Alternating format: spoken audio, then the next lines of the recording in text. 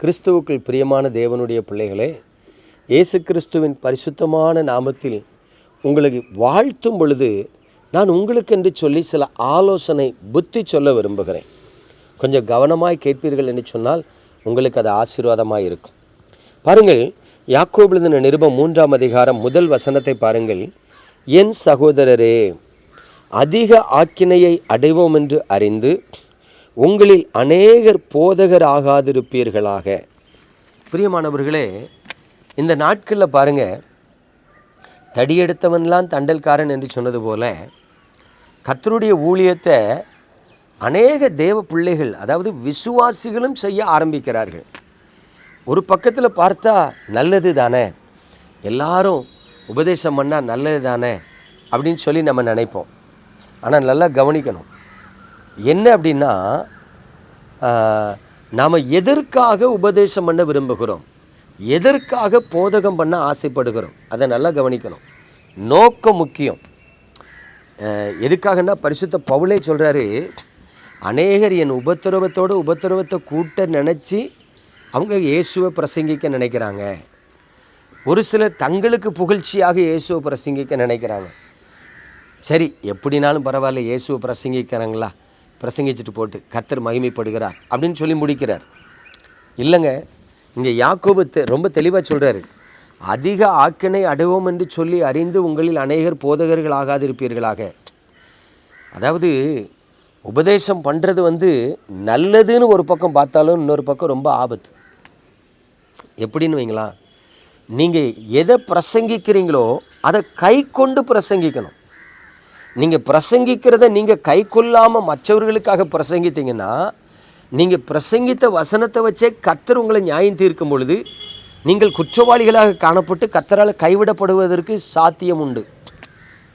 கடந்த நாட்களில் நான் ஒரு கிராமத்துக்கு ஊழியத்துக்கு போயிருந்தேன்.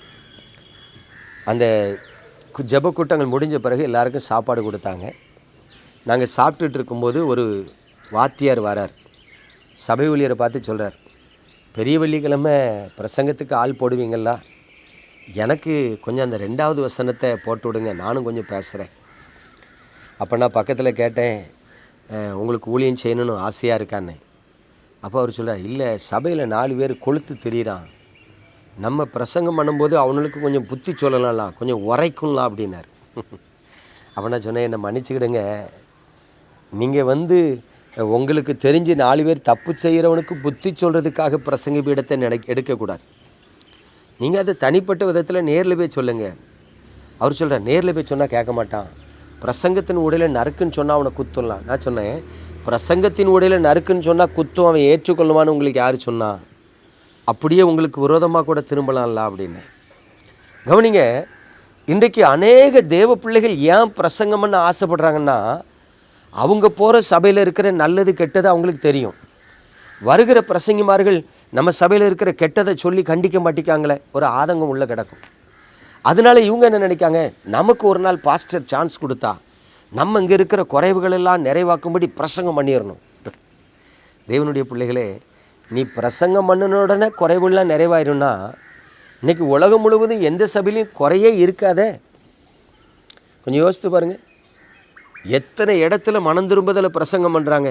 பிரசங்கம் பண்ண உடனே சபையில் இருக்கிற மக்கள் எல்லாம் மனம் திரும்பிட்டாங்களோ. அப்போ ஒரு கூட்ட ஜனங்கள் எதுக்கு போதிக்க ஆசைப்படுறாங்கன்னா, அவனுக்கு உரைக்கணுங்கிறதுக்கு நான் பேசணும், தப்பு. இன்னும் சில சொல்கிறாங்க, அன்னைக்கு ஒரு ஆசிரியர்கிட்ட பேசிட்டு அவர் சொன்னார், சமாதானத்தை குறித்து யாருமே பேச மாட்டேங்காங்கப்பா, எத்தனையோ வசனங்களை பேசுகிறாங்க, நானும் பல வருஷமாக பார்க்குறேன், சமாதானத்தை குறித்து யாரும் பேசலை, அதனால் எனக்கு பிரசங்கம் பண்ண ஒரு சந்தர்ப்பம் கொடுத்தா நான் சமாதானத்தை பேசிடுவேன். நான் அவரை பார்த்து கேட்டேன், ஐயா, தப்பான எண்ணம். ஒருவன் கிறிஸ்துவுக்குள்ளே இருந்துட்டாலே கர்த்தர் அவனுக்கு சமாதானத்தை கொடுப்பார். ஒரு மனிதன் ரட்சிக்கப்பட்டுட்டாலே அவனுக்கு சமாதானம் வந்துடும். நீங்கள் சமாதானத்தை பேசுகிறதுனால தான் சமாதானம் வரும்னு நினைக்கிறது தப்பு. ஒருவேளை நீங்கள் உங்களுக்கு ஒரு சான்ஸ் கொடுத்து சமாதானத்தை பிரசங்கம் பண்ண உடனே உங்கள் சபையில் இருக்கிற எல்லாருடைய வாழ்க்கையில் சமாதானம் வந்துடுமான்னு கேட்டேன்.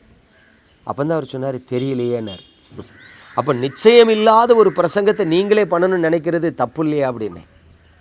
எனக்கு அன்பானவர்களே, இன்றைக்கு அநேகர் தங்களுடைய பார்வைக்கு சரிபோனபடி மக்களுக்கு சொல்கிறதுக்காக பிரசங்கம் பண்ண ஆயத்தப்படுறாங்க. தப்பான காரியங்க.